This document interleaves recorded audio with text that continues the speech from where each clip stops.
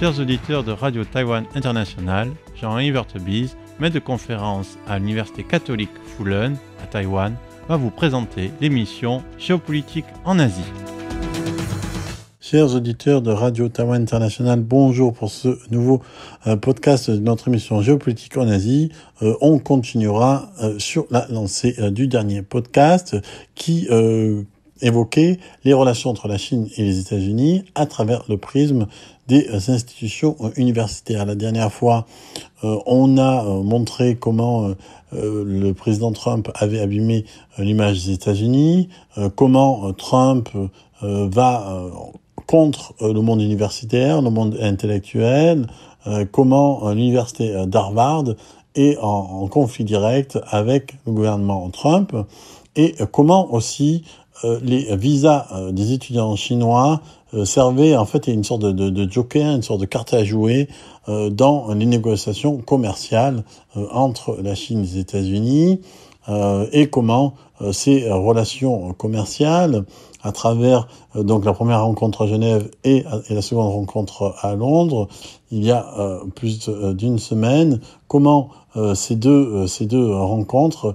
dessinent petit à petit le nouveau paysage des relations commerciales entre la Chine et les États-Unis, un paysage extrêmement volatile qui fait se mêler les terres rares, les semi-conducteurs, les visas étudiants, etc. Ici, on va donc revenir sur le thème de la semaine dernière en le continuant et en le concluant. Donc, on avait dit que le 28 mai, le secrétaire d'État Marco Rubio avait annoncé vouloir révoquer de manière agressive les visas des étudiants chinois. Donc, pourquoi on l'avait évoqué ? Parce que du point de vue du point de vue des conservateurs, le Parti communiste, en fait, utilise les étudiants comme des moyens d'infiltration. Infiltration, influence, voire même vol de propriété intellectuelle. Donc c'est quelque chose c'est la manière dont les conservateurs voient l'entrée des étudiants chinois sur son territoire, et parce qu'elles pensent que ces étudiants sont directement, on va dire, encadrés par le parti. Alors ici, le problème, c'est que même si les révocations de visas ciblent les personnes ayant des liens avec le Parti communiste chinois, donc le problème, c'est en fait que, donc pas simplement des étudiants, mais le problème, c'est que en fait, dans beaucoup de cas, aujourd'hui, l'appartenance au parti, donc l'encartement, si on peut dire, en fait, se fait pour des raisons qui sont presque plus des raisons de carrière professionnelle que de fidélité idéologique. Et en plus, quand il y a un parti unique, donc il n'y a qu'un seul parti auquel s'encarter. Enfin, il y a aussi au niveau d'une sorte de parlement bis, des partis qui sont plus ou moins contrôlés, en tout cas censurés, en tout cas vérifiés par le Parti communiste chinois, d'autres petits partis dans lesquels aussi il est possible de faire partie. Mais en tout cas, l'adhésion au Parti communiste chinois, c'est autant pour des raisons de professionnels que pour des raisons idéologiques, et peut-être plus pour la carrière que pour vraiment parce qu'on croit à Mao Tse-tung et à Xi Jinping. Mais ici, la difficulté pour les États-Unis, c'est que ces étudiants internationaux et surtout ces étudiants chinois, en fait, participent à la vie économique et scientifique des États-Unis. Et donc, il y a un coût pour les États-Unis à vouloir mettre en place cette chose-là. Alors, au cours de l'année scolaire 2023-2024, la Chine, on le sait, était le principal acheteur de services liés à l'éducation, dépassant 14 milliards de dollars. Et au cours de cette même année, les étudiants internationaux travaillant aux États-Unis, donc toutes catégories confondues, ont contribué à 43 milliards de dollars à l'économie US et à la création de presque 400 000 emplois. Et les travailleurs nés à l'étranger représentent 30% de la main-d'œuvre américaine dans les domaines qui sont fondamentaux, des sciences, des technologies, de l'ingénierie et des mathématiques. Plus de 80% des titulaires de doctorat ayant soutenu une thèse en IA, en intelligence artificielle, dans les universités américaines, entre 2014 et 2019, font maintenant partie de la population active américaine, donc ils sont restés. Enfin, la plupart des fondateurs des grandes entreprises sont aussi notamment d'IA, sont des immigrants, une majorité originaires d'Inde et de Chine.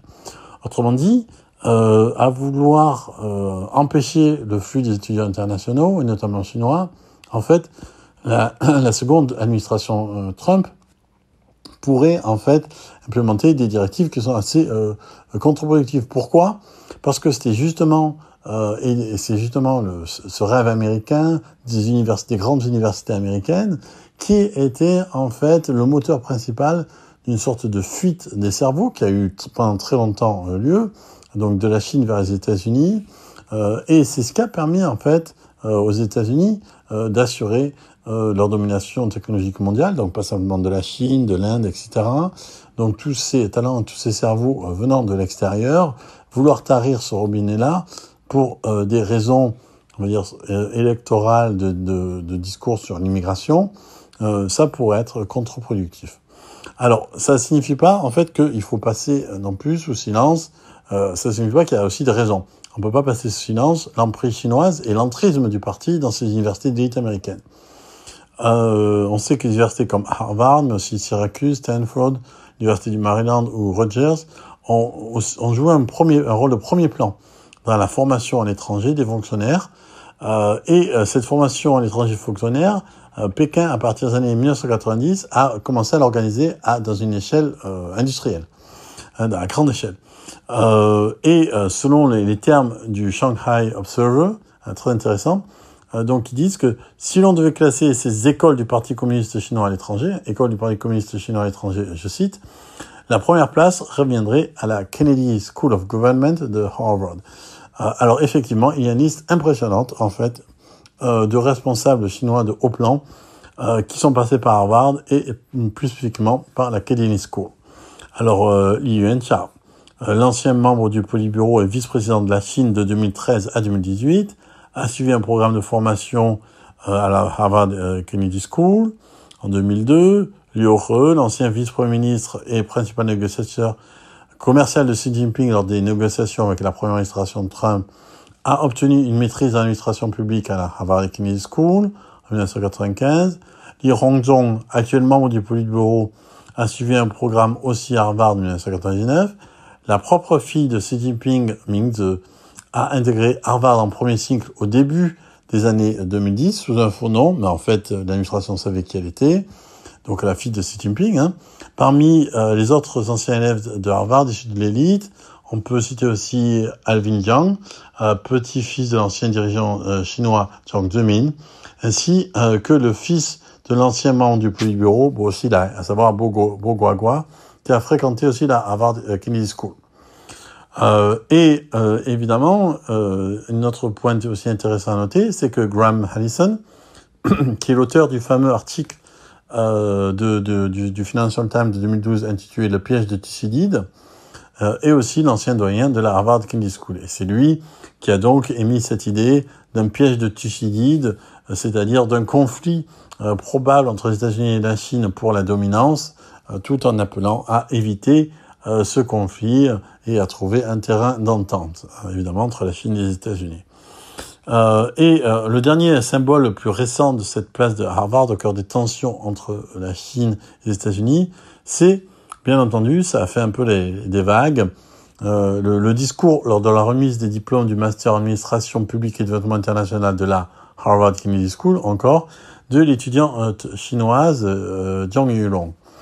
Donc on sait que Jiang Yulong a fait un discours assez emphatique, qui d'abord a reçu de nombreux éloges pour son aspect œcuménique, pacifique, etc. Mais ensuite, quand on a regardé un peu plus avant les origines sociales et politiques de celle qui a fait le discours, on voit qu'en fait c'était pas si simple. Et en fait on voit que c'était sans doute en fait un discours qui traduisait l'influence à la chinoise. Et typiquement le cas de figure de Harvard et de la Kennedy School qui sert d'entrisme et d'instrument d'agent d'influence du discours de la Chine.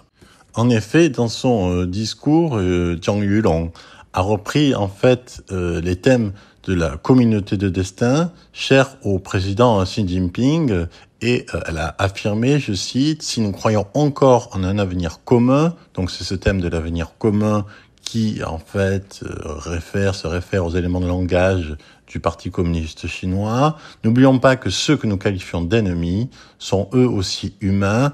En découvrant leur humanité, nous découvrons la nôtre. Donc c'est un discours qui est très beau, très emphatique, assez représentatif de ces discours de diplomation de fin d'année, de graduation. Mais en fait, c'est un discours aussi qui a ses problèmes et qui, même s'il a d'abord été loué, a été ensuite critiqué. En effet, on a démontré ensuite que le père de Jiang Lulong était le directeur exécutif de la Fondation chinoise pour la conservation de la biodiversité et le développement vert, un fonds spécial alimenté par l'État, qu'elle est entrée à Harvard grâce à une recommandation de Zhou Jingfang, qui est le vice-président et secrétaire général de la même fondation. Et en Chine même, d'ailleurs, les internautes ordinaires, loin d'y voir simplement un message de paix œcuménique, certains, oui, mais en fait aussi un grand nombre, ont surtout vu, et ça c'est intéressant, une démonstration de leur distance personnelle vis-à-vis de ce monde doré de la nomenclatura chinoise dans laquelle donc Jiang Lulong fait manifestement partie. C'est d'ailleurs certains illustrateurs de Weibo ont écrit, c'est pourquoi elle a pu obtenir une bourse pour aller au lycée au Royaume-Uni, puis à Harvard. Ce discours donc a réveillé une sorte de sentiment, de ressentiment contre les élites mondialisées, qui est aussi présent en Chine, de toute une population plus jeune pour qui l'éducation à l'étranger c'est encore quelque chose d'hors de portée, c'est un luxe au niveau économique, mais plus encore, pour les plus radicaux d'entre eux, cette éducation à l'étranger est aussi une forme de trahison de l'identité nationale. Puisque pourquoi aller dans le pays ennemi alors que on a tout ici à disposition? Et un internaute a d'ailleurs dit « J'espère qu'elle continuera à briller à l'étranger et qu'elle restera loin de nous ».